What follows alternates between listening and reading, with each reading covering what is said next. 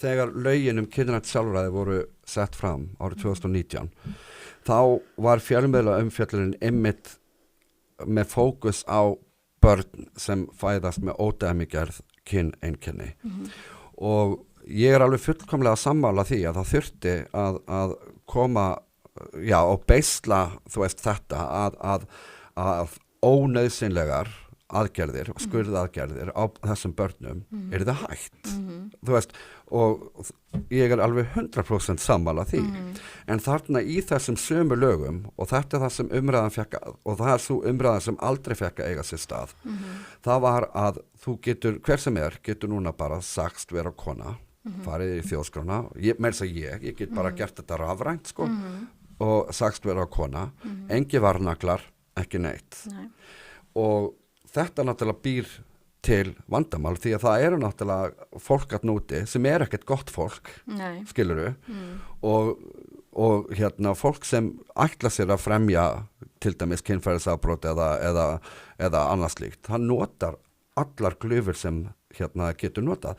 Ég ekkert að segja að transfólk sé hérna einhverjir hérna kynferðisafbrotamenn en þegar varnaglarnir allir eru teknir í burtu, þetta kannski ekkert svo mikið á litla saklausa Íslandi sem þetta geti komið fyrir en í öðrum löndum þá þetta virkilegt vandamál og núna konur þeir eru búin að vera með svona tiltölulega góð kvenréttindi bara í 100 ár 100 ár, þetta ekki langur tími en samt virðast konur eða suma konur vera með svona hálfgerða eitraða samkennd fyrir körlum sem segjast vera konur og hleypa þeim bæði inn í hérna fléttilista stjórnmáluna inn í búningsklefana jafnvel þá að þeir hafi ekki farið í neina aðgerðir og svo býr Reykjavíkurborg til gaslýsingabækling fyrir starfsfólki sitt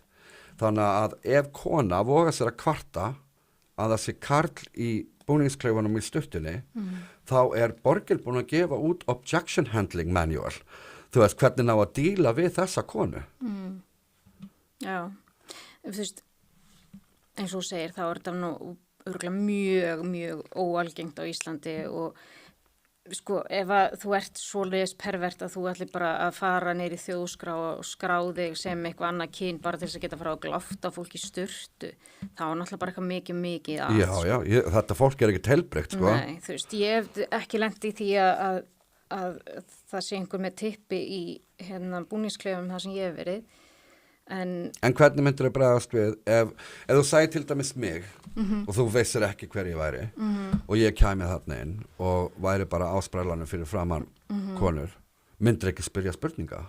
Ef þú værir, þú veist, með skegg og allt þetta. Já, ég meina, en núna þarf ekki að gera neitt. Það til dæmis, það fræg lesbía í Bretlandi sem allskeggjar með meira skegg en ég og bara í pilsi. En lesbíunir eiga samþykja hana hann sem lesbíu þannig að ef það engi varnaglar það engi standardar þú veist, þú þarft ekki að gera neitt þú þarft bara að segjast vera trans ég skil hvað þetta meina en ef þú myndir svo spyrja spurninga gæti ég það bara sagt við ekki vera svona transfóbísk hvað að þér? Það oft þannig að það bara verið að segja við mann, þú veist, að maður, eins og ég sagði við Daniel þegar ég tók viðtal við hann, ég sagði, þú veist, mér finnst oft mjög erfitt að spurja spurninga því ég svo hrædd að ég verið sögur með, að ég sé með fordóma. En, þú veist, fordómar koma bara að fávísi. Það er nefnilega málið. Þannig að maður þarf bara einhvern veginn að fá að læra rétta málið og lingóið og reyna að vera pólitískt réttur í tali, þú veist. Já, ég, sko, í mínum aktivism ég búin að prófa allar þessar leiðir. Ég búin að prófa að vera litla músir sem læðist með frá veggjónum og svona að reyna að tala hægt og rólega og En sko það virðist vera að það skiptir engu máli hvaða taktík þú notar. Þú farð alltaf sama skellin. Þannig að ég hætti bara að, þú veist, ég hugsaði bara með mér, veist það, núna hætti ég bara að nota þetta lingó. Núna ætla ég bara að lýsa raunveruleikunum eins og hann þegar ég hef rétt á því að lýsa mínum raunveruleika. Ég þarf ekki að taka þátt í rangmyndum að annara. Og sko, ég veit að rosalega sárt fyrir fólk, sko, ég þar, þú getur ekki fæst í röngum líkama. Þú ert líka með þinn, þú fæðist þannig. Ef við ætlum að fara að samþykja þessa hugmynd að fólk getur fæðst í röngum líkama og við getum þá bara byrja að leika drottin og Guð og almáttu og breytt líkamannum til þess að láta ykkur líða betur, hvernig ætlum við að útskýra fyrir fötluðu barni sem fæðist fatlað að nei, þú ert ekki fætt í vitlausum líkama, þú verður að sætta þig við þína fötlun. Af hverju erum við að fara þú veist, og það er einhver smá sálgæsla og smá sálgæslu meðferði sem fötlu börn þurfa að fá til þess að sætta sig við sinn líkama. En svo kom einhver önnur milliskjáttabörn, þú veist, úr efri lögum samfélagsins og segja, nei, ég upplifi mig ekki svona eða hinsegin, en þau þurfa ekki að sætta sig við það. Nei. Það er hægt að laga þau. Já, en það er ekki það mörg ár síðan að samkynhneigð var talin vera geðsjúkdómur. Já, það er alveg rétt, en málið er það að við þurfum ekki lyfjagjafir eða skurðaðgerðir til þess að vera það sem við erum. Nei, þú veist, og samkynhneigð er til annars staðar í dýraríkinu. Það er ekkert dýr sem skiptir kyn nema trúðfiskar, en trúðfiskar skipta aðeins kyn til þess að halda við stofninum, skilurðu? Já. Þú veist. En það hefur samt verið, þetta er ekki eitthvað svona eins og transi, eitthvað nýtt þó að það Nei, ég meina fólk hefur alltaf verið gender non-conforming. Já. Ég meina það er gender non-conforming eða vera fyrir utan, þú veist, þessa eðlilegs norms, að bara ég sofi á öðrum kallmanni. Það er gender non-conforming in essence. Skilurðu? En við verðum að fara að þú veist, ég held að við verðum að fara að brjóta niður staðalímyndirnar hérna fyrir 20-30 ára síðan. Núna erum við bara að taka þær inn aftur og við erum að setja fólk í þrengri kassa.